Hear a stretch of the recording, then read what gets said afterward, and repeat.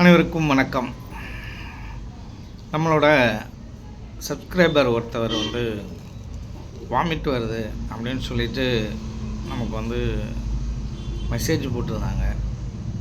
அதுக்கு ஏதாவது ஒரு மருந்து வேணும், அது எதை சார்ந்து இருக்கும் அப்படின்னு சொல்லிட்டு கேட்டிருந்தாங்க.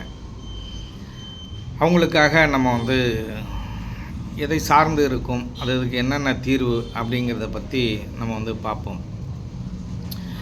இப்போ ஒரு மனிதனுக்கு தொப்புளை சுற்றி வலி இருக்குது அப்படின்னா அது உஷ்ணத்தினால வந்த வலியாக இருக்கும். அது பாட்டி வைத்தியம் மாதிரி தேங்காய் எண்ணெய், விளக்கெண்ணெய், நல்லெண்ணெய் வச்சு வயிற்றில் அரைக்கி விட்டால் போயிடும். இல்லை வெந்தயம் கொஞ்சம் போட்டு தண்ணியை குடித்தா போகும். சாதாரண வலியாக இருந்தால் போயிடும். அது எந்த வலியாக இருந்தாலும் உஷ்ணத்தில் வந்திருக்கு அப்படின்னால் ஒரு 2 மணி நேரம் 3 மணி நேரம் அது தாக்கு பிடிக்கும். இப்போ அதுக்கு அடுத்தாற்போல் அடுத்த வயிற்று வலி, அடி வயிற்றில் உங்களுக்கு ரைட் சைடு வலிக்குதுன்னு வச்சுக்கோங்க. அடி வயிற்றில் ரைட் சைடு வலிக்குது அப்படின்னால் அது அப்பரண்டிஸை சார்ந்து இருக்கும்.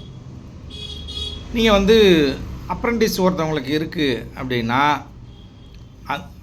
ஆரம்பத்தில் உங்களுக்கு வாமிட் இருக்கும். ஆனால் அது ஹெவியாக இருக்குது, பழுத்துருச்சு அப்படின்னால் நீங்கள் தண்ணி குடித்தா கூட வாமிட் நிற்காது. அந்த தண்ணியும் வாமிட் பண்ணிடுங்க. வாமிட் அதிகமாக இருக்கும். அந்த நேரத்தில் உடனே ஸ்கேன் பண்ணி உங்களுக்கு அதை ரிமூவ் பண்ணுற மாதிரி இருக்கும். அப்போ வலி இருக்கும். அடி வயிற்றில் நீங்கள் ரைட் சைடில் கீழே வலி இருக்கும்.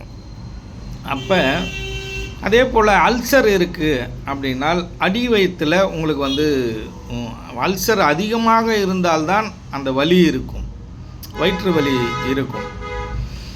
இப்போ எனக்கு அடி வயிற்றில் வலி இல்லை, அந்த அடி வயிற்றுக்கும் பின்பகுதியில் உங்களுக்கு முதுகு பகுதியில் கீழே இறங்கி உங்களுக்கு வலி பேக் பெயின் இருக்குது அப்படின்னால் பேக் பெயின் அதிலேருந்து முன்னாடி வரைக்கும் இருத்தி வலிக்குது அப்படின்னால் உங்களுக்கு ஸ்டோன் அதை மாதிரி இருக்கும். ஸ்டோன் அதிகமாக இருந்துச்சுனால் ஜுரம் வருவதும், அதுக்கப்புறம் என்ன நடக்கும் அப்படின்னு கேட்டிங்கன்னா வாமிட்டு இருக்கும். அப்போ இதை நம்ம ஸ்டோன் இருக்குது அப்படின்னு புரிஞ்சுக்கலாம். இப்போ பித்தப்பையில் கல் இருக்குது அப்படின்னா எப்படி இருக்கும் அப்படின்னு கேட்டிங்கன்னால் அப்போ சரியாக சாப்பிட முடியாது, அஜீரண கோளாறு இருக்கும். இதெல்லாம் இந்த வியாதிகளுக்கான ஒரு அறிகுறி என்பதை நாம் தெரிந்து கொள்ள வேண்டும்.